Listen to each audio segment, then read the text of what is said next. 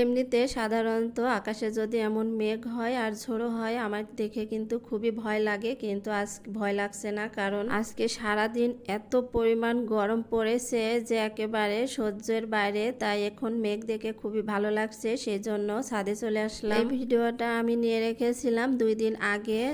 এত সুন্দর ঠান্ডা বাতাসে কিন্তু খুবই ভালো লাগছে, তাই একাই ছাদে চলে এসেছি। এসে যে একটু ভিডিও করা হলো আর এত সুন্দর ঠান্ডা ঠান্ডা বাতাস উপভোগ করলাম। আর বাতাসে এত সুন্দর করে গাছপালাগুলো দোল খাচ্ছিল, দেখতে খুব ভালো লাগছিল। তাই বৃষ্টি আসার আগ পর্যন্ত এখানেই ছিলাম। তবে এত জোরে জোরে বাতাস হলে আমার একটু চিন্তাও হয়, কারণ আমার ছাদ বাগানে অনেক লম্বা লম্বা গাছ আছে যেগুলো একটু বাতাস হলে কিন্তু ভেঙে পড়ে, সেজন্য ভয় লাগছিল।